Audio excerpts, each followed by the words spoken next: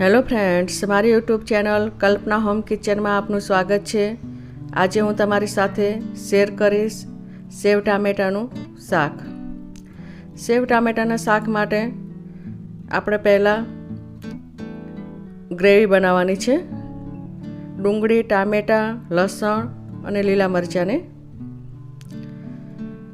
આપણે ગેસ ચાલુ કરીને કઢાઈ મૂકીશું અને સાઈડમાં ગ્રેવી બનાવીશું।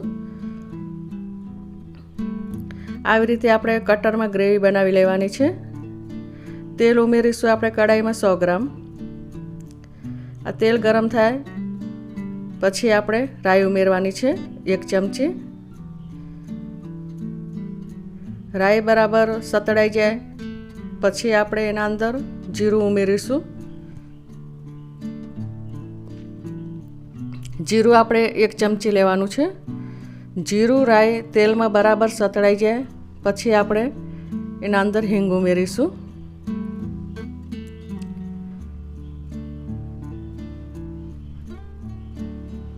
આ બરાબર સતળાઈ ગયું છે। હવે આપણે અડધી ચમચી હિંગ ઉમેરવાની। હવે એના અંદર આપણે લીલા મરચાં 2 કટિંગ કરીને લીધેલા છે તે ઉમેરવાના। હવે જે આ લીલા મરચાં, લસણ, ડુંગળી, ટામેટાની ગ્રેવી છે 100 ગ્રામ એ આપણે ઉમેરવાની અને બરાબર મિક્સ કરી લેવાની। આ જે કટરમાં જે ગ્રેવી બનાવી એ આવી રીતે નાની નાની ઝીણી ઝીણી કટિંગ થાય છે અને મિક્સચરમાં કરશો તો એકદમ પાણી જેવી થઈ જાય છે। તો આપણે કટરમાં જ આને ગ્રેવી બનાવવાની। હવે આપણે અંદર 1 ચમચી મરચું પાવડર ઉમેરીશું। હળદર પાવડર 1 ચમચી ઉમેરવાની। ધાણા જીરું પાવડર 1 ચમચી ઉમેરવાનું।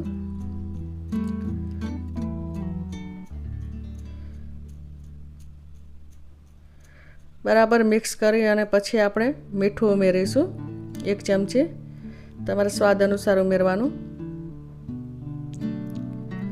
અને બરાબર આવી રીતે મિક્સ કરી લેવું। આ જે ટામેટાં છે 250 ગ્રામ તે કટિંગ કરીને લેવાના। આવી રીતે ટામેટાં ઉમેરીને આપણે બરાબર મિક્સ કરી લેવાનું।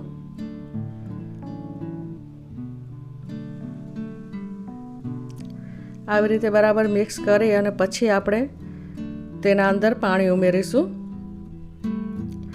પાણી આપણે 2 વાટકી ઉમેરવાનું છે।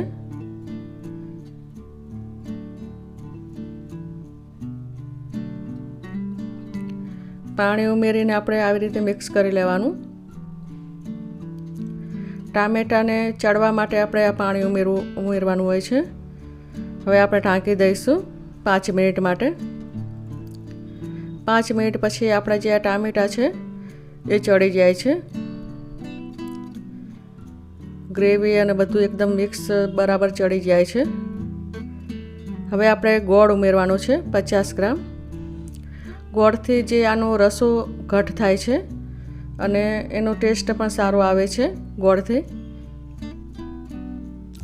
હવે ગોળને પણ આવી રીતે આપણે મિક્સ કરી લેવાનું।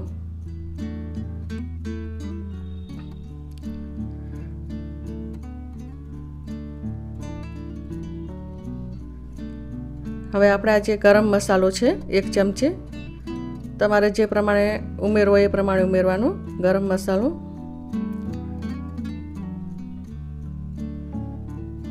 હવે આ જે ચણાના લોટની સેવ છે 150 ગ્રામ, જે મેં તીખી સેવ લીધેલી છે, આ સેવને પણ આવી રીતે મિક્સ કરી લેવાની।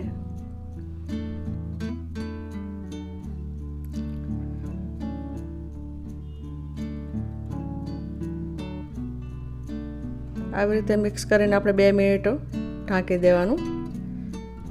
2 મિનિટ પછી આપણે એના અંદર કસ્તુરી મેથી છે, જે આપણે સુકાયેલી મેથી હોય છે પાંદડા, એ ઉમેરવાના છે।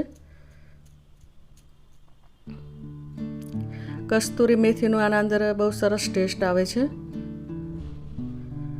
હવે આપણે આ જે લીલા ધાણા છે એ ઉમેરીશું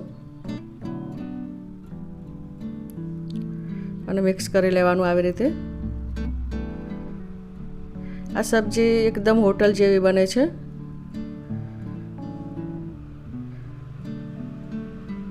તમારે જે રીતે રસો રાખવો એ રીતે રાખવાનો. જો રસો તમારે ઓછો જોતો હોય તો આવી રીતે ખુલ્લું રાખવાનું, તો એનો રસો છે એ ઓછો થઈ જશે. અને ગરમ કરી લેવાનું એટલે રસો અંદર ઓછો થઈ જશે.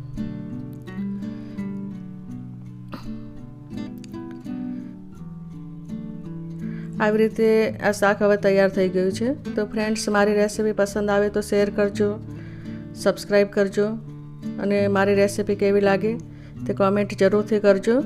અને હવે મળીશું આપણે બીજી રેસીપીમાં. ત્યાં સુધી બાય.